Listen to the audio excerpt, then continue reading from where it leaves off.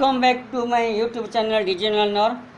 In today's video, we shall discuss about Indian foreign policy in globalizing world. This is the DSC 2 of Political Science. So, এই আজির ভিডিওরে আমি আলোচনা করিবা determinants factors or elements of Indian foreign policy. ভারতীয় বৈদেশিক নীতির ନିର୍ଦ୍ଧାରକ ଉପାଦାନ ଗୁଡ଼ିକ ଆଜି ଆମେ ଆଜିର ଏହି ଭିଡ଼ିଓରେ ଆଲୋଚନା କରିବା, ଯାହାକି DSC 2 ପଲିଟିକାଲ ସାଇନ୍ସ ଆଜି ଓଡ଼ିଆ ମିଡ଼ିୟମ୍ ଦେଉଛି। ଯେହେତୁ ଅଧିକାଂଶ ପିଲା ଓଡ଼ିଆ ମିଡ଼ିୟମ୍, ତେଣୁ ଆଜିର ଲେସନ୍ଟି ଏ ଭିଡ଼ିଓଟି ମୁଁ ଓଡ଼ିଆରେ ଦେବାକୁ ଯାଉଛି। ସୋ ଗୋଟିଏ ରାଷ୍ଟ୍ରର ବୈଦେଶିକ ନୀତି ନିର୍ଦ୍ଧାରଣ ପାଇଁ କେଉଁ ଉପାଦାନ ଗୁଡ଼ିକ ଆବଶ୍ୟକ ସେ ବିଷୟରେ ଆଜି ଆଲୋଚନା କରିବା। କେଉଁ ନିର୍ଦ୍ଧାରକୁ ନେଇ, କେଉଁ ଉପାଦାନକୁ ନେଇ, କେଉଁ ବିଷୟକୁ ନେଇ ମାନେ ଗୋଟିଏ ରାଷ୍ଟ୍ରର ବା ଭାରତର ବୈଦେଶିକ ନୀତି ନିର୍ଦ୍ଧାରିତ ହୋଇଥାଏ, ସେ ବିଷୟରେ ଆଜି ଆଲୋଚନା କରିବା। ଭାରତର ବୈଦେଶିକ ନୀତିକୁ ଏହାର ଭୌଗୋଳିକ ସୀମା, ଇତିହାସ, ପରମ୍ପରା, ସଂସ୍କୃତି, ଅର୍ଥନୈତିକ ପ୍ରଗତି, ସାମରିକ ଶକ୍ତି, ଅନ୍ତର୍ଜାତୀୟ ପରିବେଶ ବହୁ ଭାବରେ ପ୍ରଭାବିତ କରିଥାଏ। ଭାରତ ଏକ ପ୍ରାଚୀନ ସଭ୍ୟତା ଓ ସଂସ୍କୃତିର ଦେଶ। 1947 ମସିହା ଅଗଷ୍ଟ 15 ତାରିଖରେ ଭାରତ ସ୍ୱାଧୀନ ହୋଇଥିଲା। ଆମ ଦେଶର ବୈଦେଶିକ ନୀତିରେ ଭାରତ ସଂସ୍କୃତି ଓ ରାଜନୈତିକ ପରମ୍ପରା ସ୍ପଷ୍ଟ ଭାବେ ପ୍ରତିଫଳିତ। ଅତୀତରେ କୌଟଲ୍ୟ ଜଣେ ବିଶିଷ୍ଟ କୂଟନୀତିଜ୍ଞ ଓ ବାସ୍ତବବାଦୀ ଚିନ୍ତାଧାରା ଥିଲେ। ସେ ଯୁଦ୍ଧକୁ କ୍ଷମତା ଓ ବୈଦେଶିକ ନୀତିର ଏକ ଅସ୍ତ୍ର ବୋଲି ବର୍ଣ୍ଣନା କରିଥିଲେ।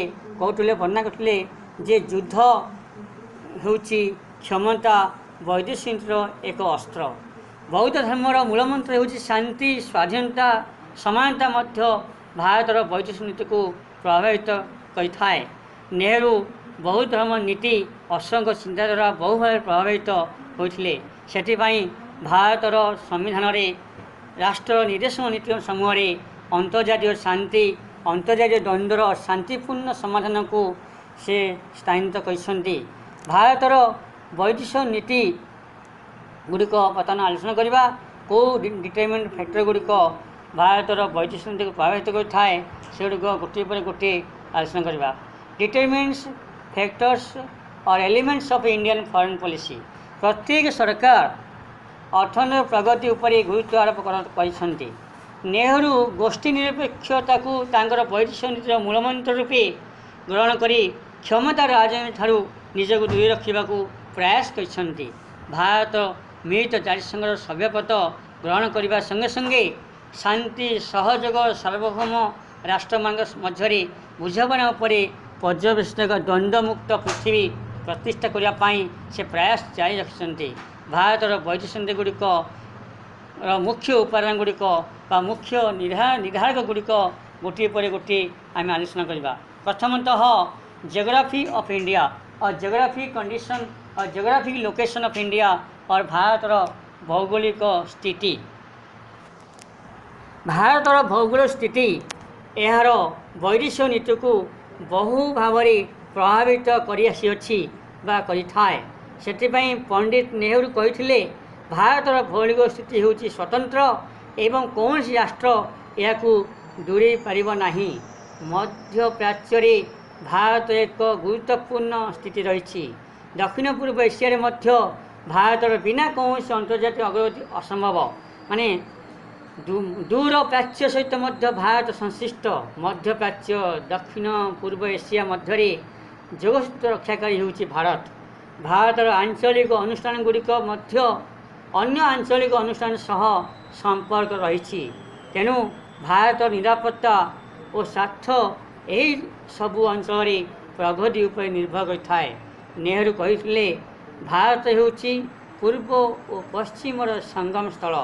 ପ୍ରଫେସର VP ଦତ୍ତ କହିଥିଲେ ଯେ ଭାରତର ଆକାର, ଶକ୍ତି, ଚିନ୍ତାଧାରା ବିଶ୍ୱ ସମସ୍ୟାକୁ ଗଭୀର ଭାବେ ଅନୁଧ୍ୟାନ କରିବା ଯୋଗ୍ୟ। ଭାରତର ଉତ୍ତରରେ ସୁଉଚ୍ଚ ହିମାଳୟ ପର୍ବତ, ଏହାର ପୂର୍ବ, ପଶ୍ଚିମ, ଦକ୍ଷିଣ ଦିଗରେ ସାଗର, ମହାସାଗର ଅବସ୍ଥିତ। ବୈଦେଶିକ ନୀତି ଦୃଷ୍ଟିକୋଣରୁ ଏହା ଅତ୍ୟନ୍ତ ଗୁରୁତ୍ୱପୂର୍ଣ୍ଣ। सप्तदश शताब्दी ऊनविंश शताब्दी मध्य फ्रांस ब्रिटिश रूस पर्तुगीज माने भारत महासागर को जलपथ रूप व्यवहार करते। भारत व्यवसाय वाणिज्य भारत महासागर दे चालू थाए चालुअछि। तेणु भारत महासागर रे कौन वैदेशिक समावेश भारत जातीय स्वार्थ प्रति विपद सृष्टि कर समान अच्छी। दीर्घ दिन धरी भारत महासागर रे शांति प्रतिष्ठा निमंते भारत दाबी कर आसुअछि। स्थल भाग में भारत पाकिस्तान बांग्लादेश चीन म्यांमार नेपाल और भूटान सहित संश्लिष्ट अफगानिस्तान जम्मू काश्मीर उत्तर भाग को स्पर्श कर। पूर्वर सोवियत यूनियन जम्मू काश्मीर निकटवर्ती थिला। 1962 मसीहा पर्यंत हिमालय उत्तर दिगरे भारत सुरक्षाकारी थिला। एवं एथिरे अनेक व्यतिक्रम देखा देछि। आकाश पथरे यातायात हेबा परे यार गुरुत्व ह्रास पाई। या सत्वे भारत महासागर में उपस्थित थिबा समस्त समावेश सहित भारतर सुसंपर्क रक्षा करिछि।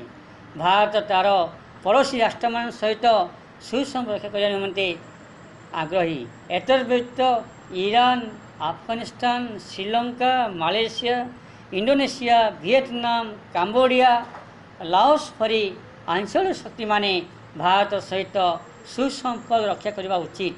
या आखिरे रखी भारत पड़ोसी राष्ट्र सहित सुसंपर्क रक्षा करने को चेष्टा करिथाए। यह सहित जदि कौन द्वंद्व मत पार्थक्य हुए ताहले तार शांतिपूर्ण समाधान करने भारत तार वैदेशिक नीति चेष्टा करिथाए। चीन और 1991 मसीहा पर्यंत रूसिया सहित भारतर बंधुत्व संपर्क रक्षा को बाध्य थिला।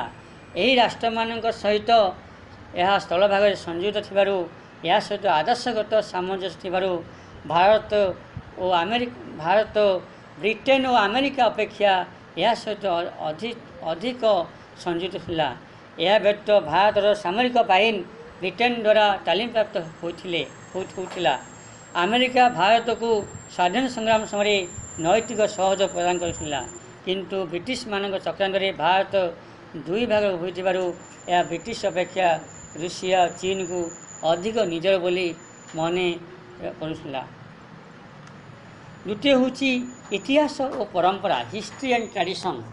ब्रिटेन रो उपनिवेशवाद और साम्राज्यवाद चिंताधारा सहित महात्मा गांधी नेहरू पटेल नेतृत्व रे अहिंसा नीति रे स्वाधीनता संग्राम भारतर वैदेशिक नीति को बहु भाव में प्रभावित करथिला।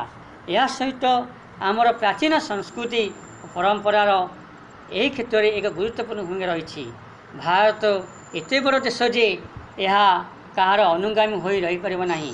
नेहरू कहिथिले जे भारतर वैदेशिक नीति और दुईटी गुरुत्वपूर्ण लक्ष्य होची शांति प्रतिष्ठा और राष्ट्र राष्ट्र मध्य सहयोग स्थापन। बहु परिमाण में भारतर पारंपरिक मूल्यबोध और अतीतर चिंताधारा द्वारा प्रभावित।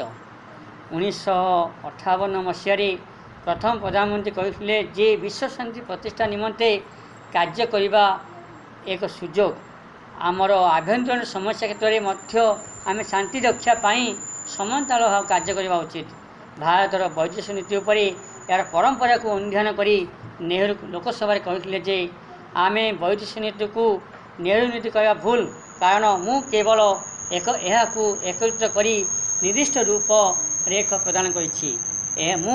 यह सृष्टिकर्ता नुहे, यार मूलदुआ हेउछि भारतर परिस्थिति जहाँ तार अतीतर ऐतिह्य मध्य भारतीय मानकर मानसिकतार स्वाधीनता संग्राम में भारतीय मान त्याग पृथ्वीर सांप्रतिक स्थिति लुचि रही। भारतर वैदेशिक नीति मध्य वेद धर्मशास्त्र लिपिबद्ध हो रही नीति सहित स्वामी विवेकानंद टागोर बाल गंगाधर तिलक महात्मा गांधी को लेखा यह जन्म दे भारतीय वैदेशिक नीति को समृद्ध करिछि।